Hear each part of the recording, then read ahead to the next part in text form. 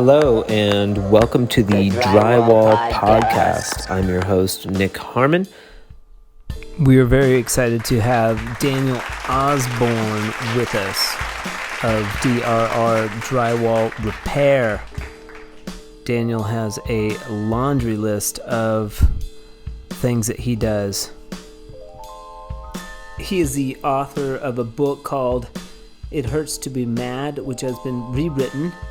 He's a CFO of Just Trim Florida. He's a CEO of Cannon Consulting Business Development.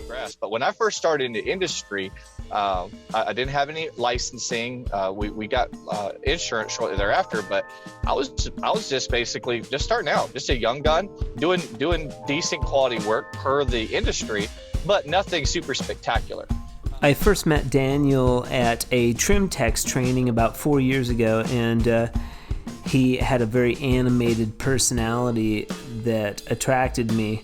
I've kept in touch with him since then, and I'm extremely excited to get to know a little bit more about him in this podcast, the 7th podcast on the Drywall podcast.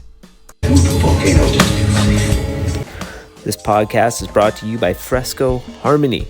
Fresco Harmony is the world's first color joint compound system to create beautiful walls, whether you're going over existing painted texture or level 3 finished drywall. This is my new least favorite place I've ever been. I spent a lot of time here, and trust me, it doesn't get any better.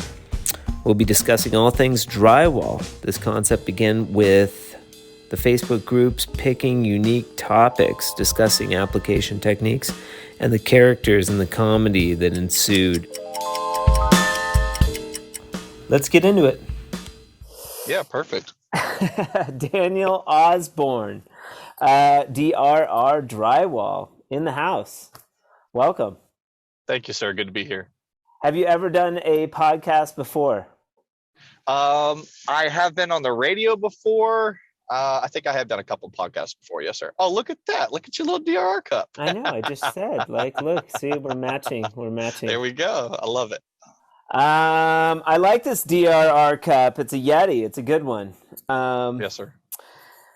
So Daniel Osborne, he's thick. He's there's layers here. I'm just trying to think of what we should get into first. When I think of Daniel Osborne, first of all, you're very, we're on the same drywall pages, kind of, we follow the same stuff. I always tend to agree with what you have to say on social media, especially as it pertains to pricing. I would consider Daniel Osborne one of those characters in the groups as a standard setter for a price point. Like, you come in and you are very confident, which I appreciate about your price points. And I like to talk about price points here on the Drywall podcast because I think it's important to our industry, and I don't think we talk enough about price and how valuable our skill is. So I would like to start out with that because it's interesting to me, and I think it'll be interesting to our listeners. How did you get into that? Like you must know intrinsically that you charge more than other people. How do you justify the fact that you are a standard setter in this industry? Sure. So once again, thanks so much for having me on, my friend. It's a pleasure to be with you and see you screen to screen, if not face to face. Yeah, it's great. So starting out in industry 15 years ago now, I got hired on as a helper. I didn't even know what a drywall knife was. Okay. And in the course of about 18 months, almost 2 years, I went from that to being in a position to where I was running job sites when the owner was, on vacation.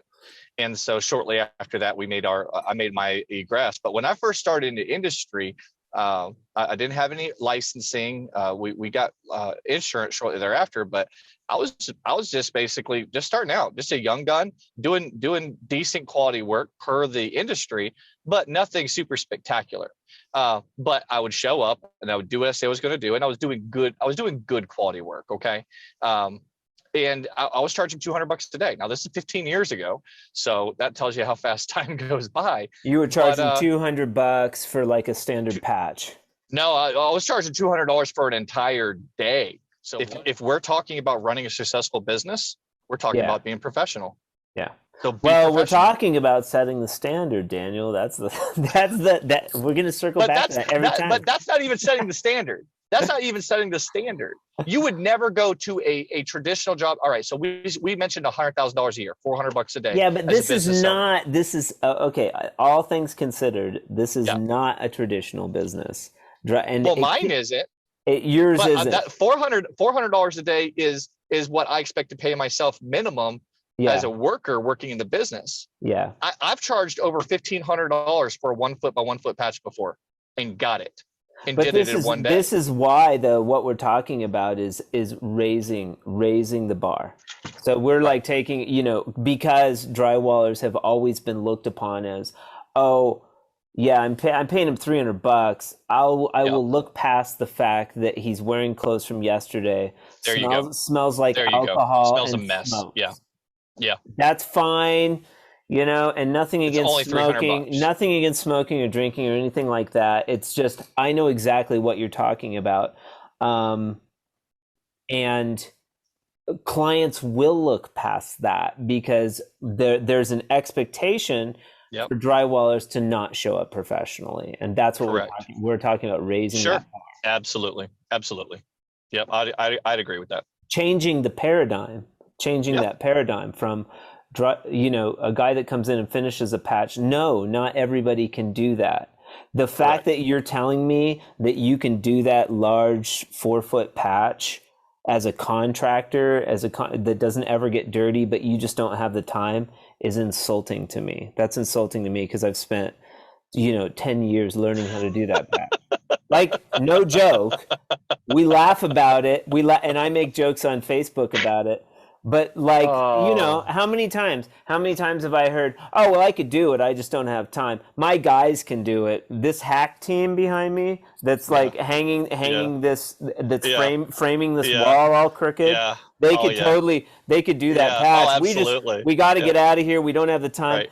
$500, I guess I'll pay it. And the reality is, and you get smart builders too that are like, you know what? I've tried to do it. It's really hard. I want it to look good, and so I'm going to pay you.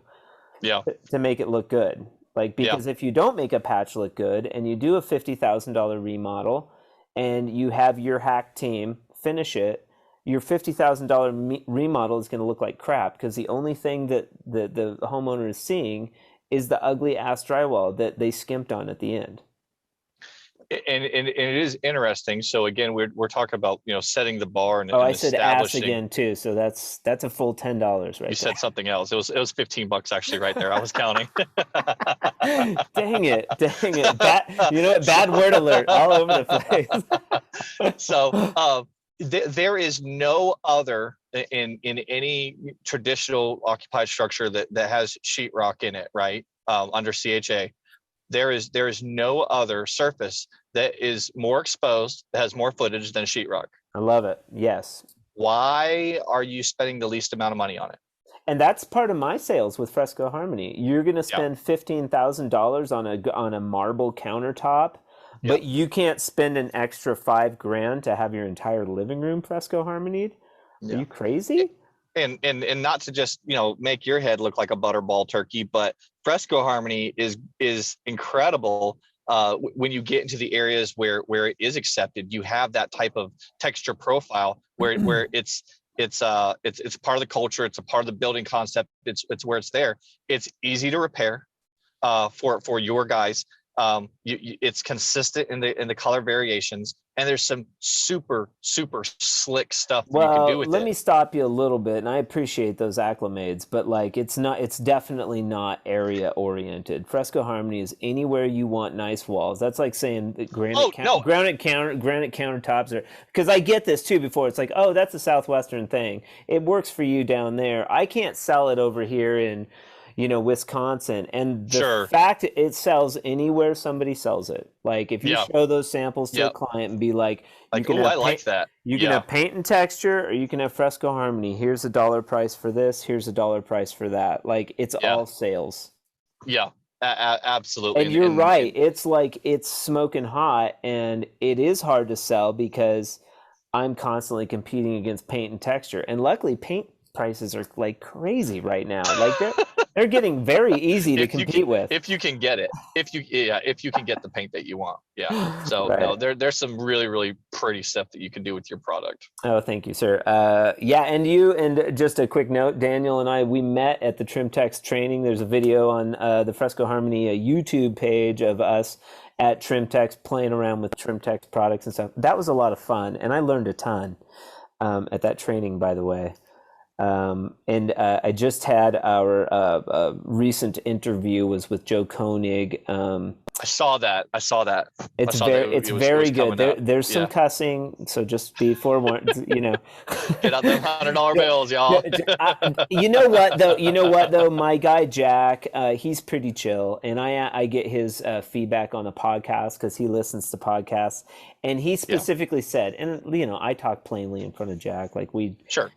I try not to, I try to be respectful. I don't cuss around clients. Like I try to be respectful, around certain, if I'm around my buddies, we talk like truckers, but like, I'll take a page out of that, but on this sort of platform, I think a certain amount of cussing is okay. But even Jack was like, I hate the podcast where it's like every other word's the F word, and it's just like it muddies up the vocabulary, and I think the translation of what you're trying to Sure. discuss.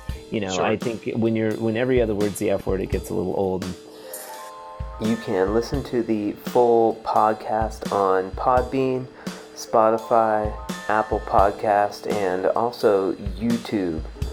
Thank you for joining the Drywall podcast today.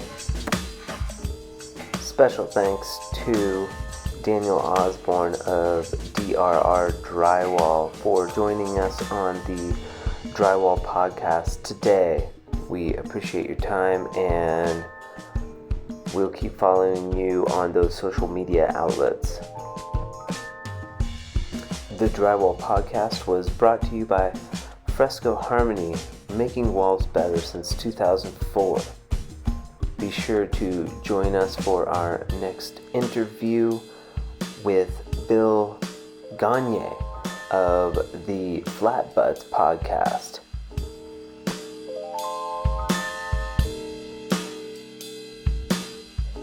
We hope you have a fantastic day and keep drywalling.